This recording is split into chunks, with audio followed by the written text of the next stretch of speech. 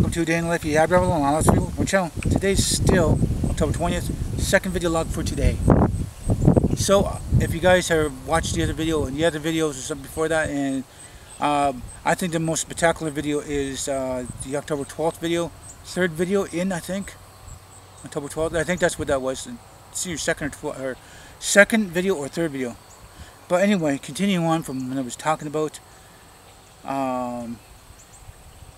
similarities between my dad, who, well, I don't know, I've already said this before, probably said it a couple times, and it makes it interesting to actually talk about it a little bit more, I guess. My mother met my father when they were young, and she started drinking. I think she started drinking around, I guess, around 13. I'm guessing about 13, because they were together off and on, off and on. That's one of my guesses. I don't know 100% sure on that, but I guess they met each other at somebody's party. Then started talking with one another, you know, hanging out, drinking, sneaking out of the houses and stuff, and you know, she got emotionally involved with him, and you know, but he had, you know, like violent tendencies, because he was a violent, kind of a violent person. He was always getting into fights. He's always getting into trouble. He's always, you know, leaving the house or something like that. Skipped school a lot. I think he skipped school.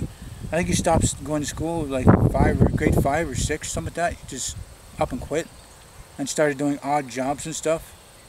I didn't really care. He mostly just partied and drank and rode a motorcycle or a car, and you know, I guess she liked that bad boy idea, I guess.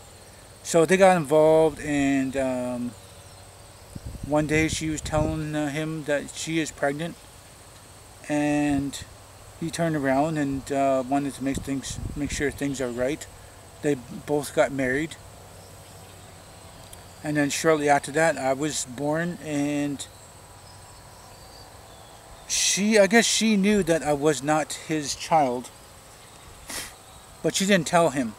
She didn't tell him, because there's a possible chance that I was not his child. She had me at 16 years old, and he was 21. I guess they got married when she got 16. He was 21, I think. Let's backtrack. Let's check this out right now. Let's see. Knock off.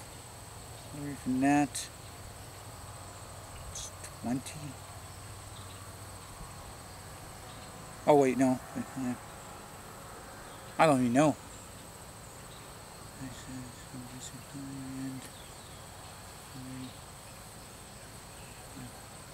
Oh.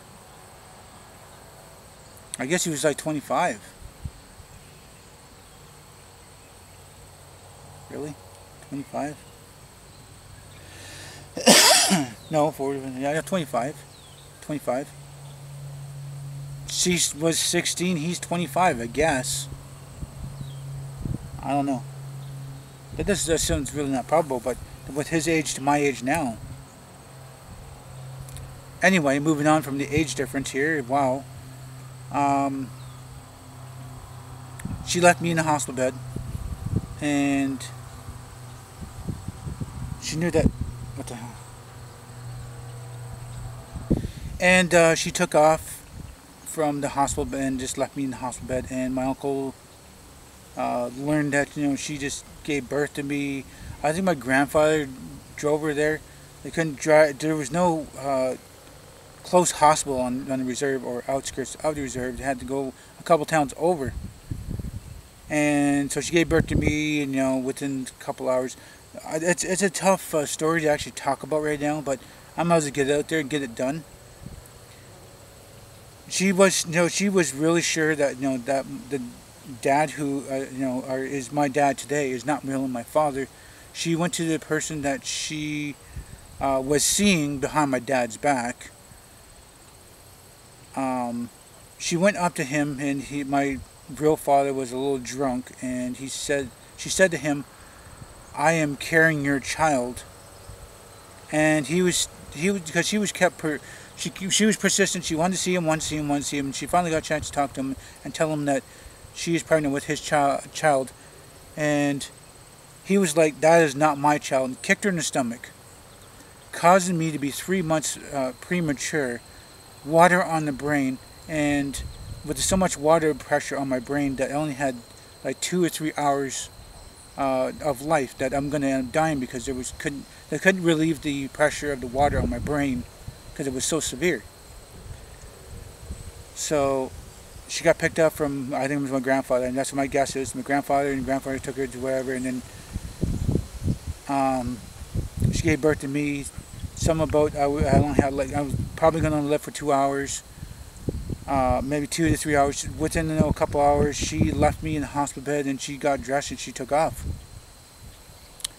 So I guess I did die shortly after that, and I came back to life. Not too long time after. I was pronounced dead, but I guess I came back to life. I guess they relieved some water on my brain somehow, or somehow it's drained by itself. I don't know.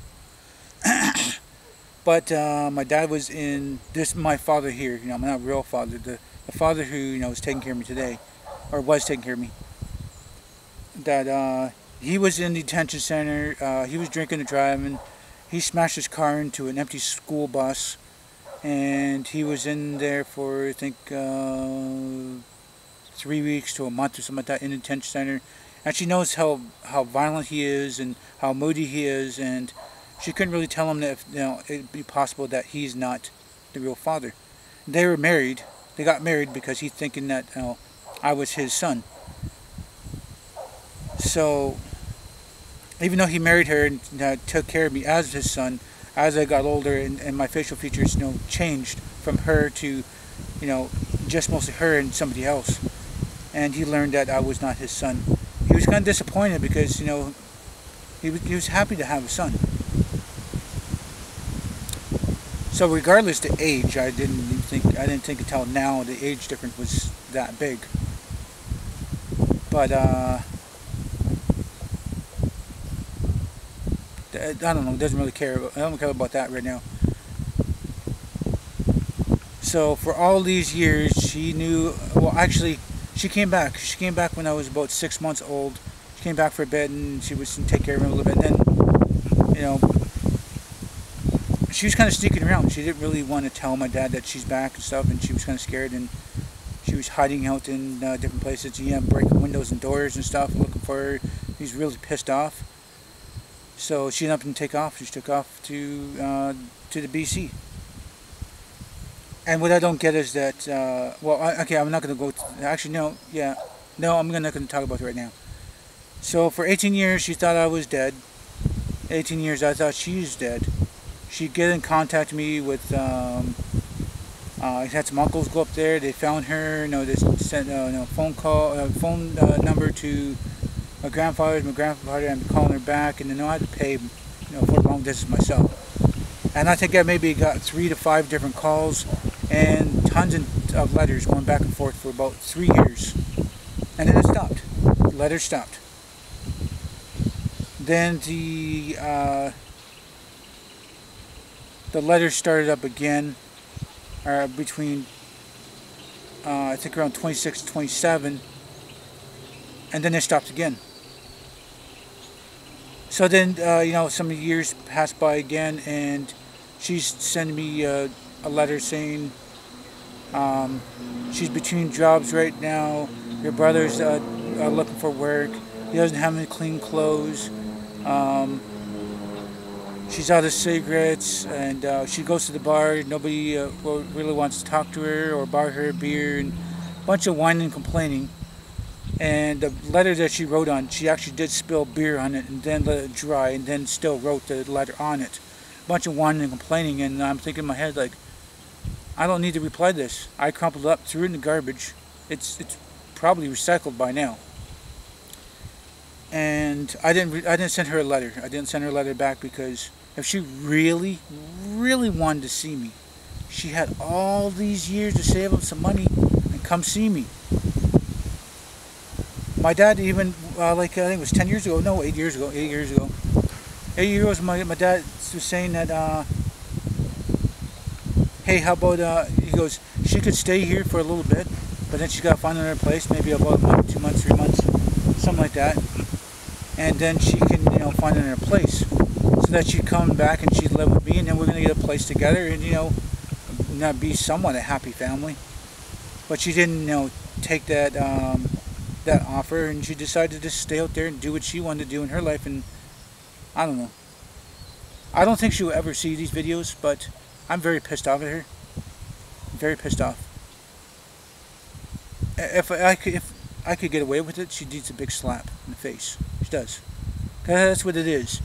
Practically a slap in the face in my life that she's never even bothered to come see me. Leave me in a hospital to just die. And then, you know, come to see me in 6 months. I don't know her. I don't know what the feeling is to have like a real mother. I mean, I had a stepmother. She was wicked back then, but besides the point. Then she's got I got a half brother. She's got another son, 3 years after me, but she's been taking care of him all this time. And why him and not me? You could have took me with you. I probably would have had a better life with her. I probably would have had a way better life, honestly. But then, you know, she was a big drinker now too. But it'd be nice to, you know, have a life with my brother. But anyway, I wouldn't even know. I wouldn't know the stepbrothers and stepsisters. I wouldn't really know this father. But I don't know. My life could have been worse. Could have been. Like I said, it's kind of hard to talk about right now, but I'm going to just continue getting it off my chest. I probably already talked about it in another video before, but it's just something, you know, that's that happened in my life, you know, my lifetime before, kind of thing. And you know, the father, he's cool now. But anyway, that's all I gotta say about that. I guess that's what I wanted to get off my chest, to let you guys know that my real mother left me at birth. My real father didn't care about, you know, about me kicking her in the stomach and she being premature and water on the brain. A mild spinal bifida on top of that. Mild spinal bifida when I was a baby, and I didn't start walking until like between 3.5, and back pain galore. Back pain started around when I was 13. Got a little bit worse and a little bit better, a little bit worse, and then 18. You know, it was pretty bad, and I needed to do some steps and exercising, but I could get a repair out of the back, but that'd be surgery. And at that time, it was the technology then was really crappy. I could be good as new, or I could be in a wheelchair. So it was a 50-50 chance I didn't want to take. So now, just dealing with my back. The back is just a way of life, and I'm older now, and even after that bike crash, my back is even worse now, and it's so sore, stuff like that. I got really nothing more to say right now. I'm going to just continue on the next video. I'm going to wrap this up. You guys do like this video, please do hit the like button. Please subscribe to me. Share this video on the channel, my benefit, my benefit for me. Please do tell your friends and family about me. Thank you for viewing this video. Time you guys watch it. Hope you all have nice days, morning, night. Remember, to be Aboriginal then original.